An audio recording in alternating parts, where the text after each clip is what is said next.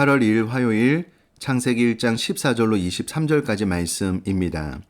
하나님이 이르시되 하늘의 궁창에 광명체들이 있어 낮과 밤을 나누게 하고 그것들로 징조와 계절과 날과 해를 이루게 하라.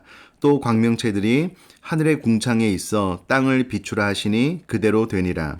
하나님이 두 큰 광명체를 만드사 큰 광명체로 낮을 주관하게 하시고 작은 광명체로 밤을 주관하게 하시며 또 별들을 만드시고 하나님이 그것들을 하늘의 궁창에 두어 땅을 비추게 하시며 낮과 밤을 주관하게 하시고 빛과 어둠을 나누게 하시니 하나님이 보시기에 좋았더라. 저녁이 되고 아침이 되니 이는 넷째 날이니라. 하나님이 이르시되 물들은 생명을 번성하게 하라. 땅 위 하늘의 궁창에는 새가 나르라 하시고 하나님의 큰 바다 짐승들과 물에서 번성하여 움직이는 모든 생물을 그 종류대로 날개 있는 모든 새를 그 종류대로 창조하시니 하나님이 보시기에 좋았더라. 하나님이 그들에게 복을 주시며 이르시되 생육하고 번성하여 여러 바닷물에 충만하라. 새들도 땅에 번성하라 하시니라.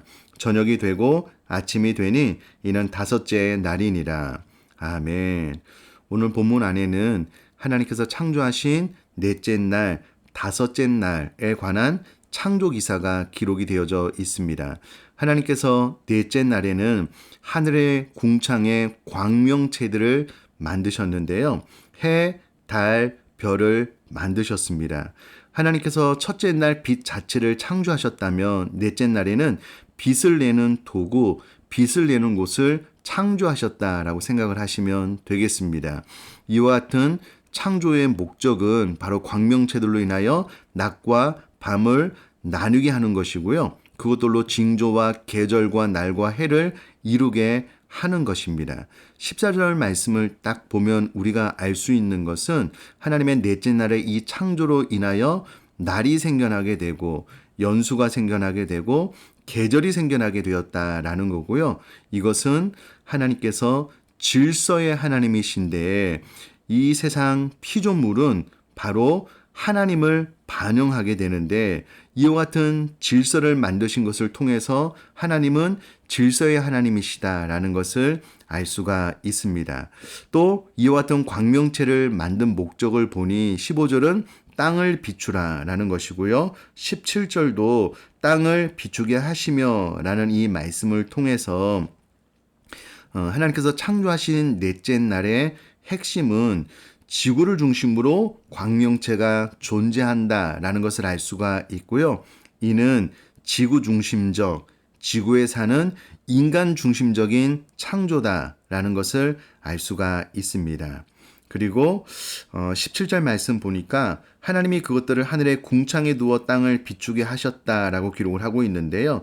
정확하게 하나님께서 해, 달, 별 이와 같은 광명체들을 만드셨다라고 기록을 함으로써 해, 달, 별은 하나님께서 만드신 피조물일 뿐 해, 달, 별을 숭배해서는 안 된다라는 것을 알 수가 있습니다.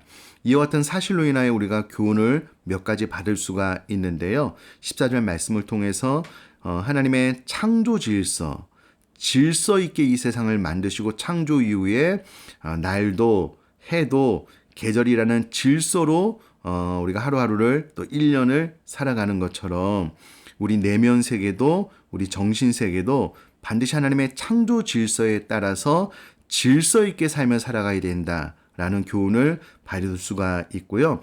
하나님의 창조하신 것은 바로 지구 중심적, 인간 중심적 창조이기 때문에 우리 사람에게 이와 같은 것을 선물로 주셨다. 그러므로 더욱더 감사하는 신앙생활을 해야 된다라는 교훈이고요. 또 하나는 앞서 말씀드렸다시피 해달별을 숭배하는 사람들이 많은데 이 모든 것들은 하나님께서 창조하신 피조물일 뿐 숭배의 대상이 아니다라는 것을 이 넷째 날의 창조를 통해서 우리가 교훈을 받을 수 있겠습니다. 계속해서 다섯째 날 창조를 보면은요, 하나님께서 물에서 사는 생물들을 그 종류대로 만드셨고요. 또 날개 있는 모든 새들, 하늘을 나는 짐승들을 그 종류대로 창조했는데 보시기에 좋았다라고 21절에 기록이 되어져 있습니다. 이렇게 창조하시고 난 이후에 22절에 제가 한번 읽어보면은요, 하나님이 그들에게 복을 주시며 이르시되 생육하고 번성하여 여러 바닷물에 충만하라 새들도 땅에 번성하라 하시니라 라는 말씀을 통해서 다섯째 날 창조하신 생물들에게 하나님께서 복을 주셨다라는 것을 알 수가 있습니다. 이 복을 주셨다라는 것을 원어로 찾아보면 성공, 번영, 다산 이런 의미가 있는데요. 풀어서 말씀을 드리면 삶의 모든 정황 가운데 하나님이 개입하셔서 잘 되도록 한다라는 그런 의미가 있는 단어입니다. 그러면 어떤 구체적인 복을 주셨는가라고 했을 때에 생육, 번성, 충만이다라는 복을 주셨는데요. 생육은 창대하다, 결실하다 라는 의미가 있고요. 번성은 넘치다, 풍성하다 라는 의미가 있고요. 충만이라는 말은 가득하다, 만족하다 라는 의미가 있는 단어입니다. 그러니까 하나님께서 물에 사는 짐승들, 하늘을 나는 짐승들을 창조하고 난 이후에 그들 모두에게 복을 주셨는데 다 한결같이 창대하게 되고 결실하고 넘치고 풍성하게 되고 가득하게 되고 만족하게 되는 복을 주셨다라는 겁니다. 특별히 번성이라는 말을 원어로 찾아보니까는요. 무수히 생기다라는 말인데 계속 지속되라는 명령입니다. 하나님의 창조 명령에 따라서 창조 이후로 지금까지 하늘을 나는 새들 또 바다의 짐승들은 계속해서 무수히 생겨나게 되었는데 이것은 하나님의 명령에 순종하고 있는 것이다 라고 생각을 하시면 되겠습니다.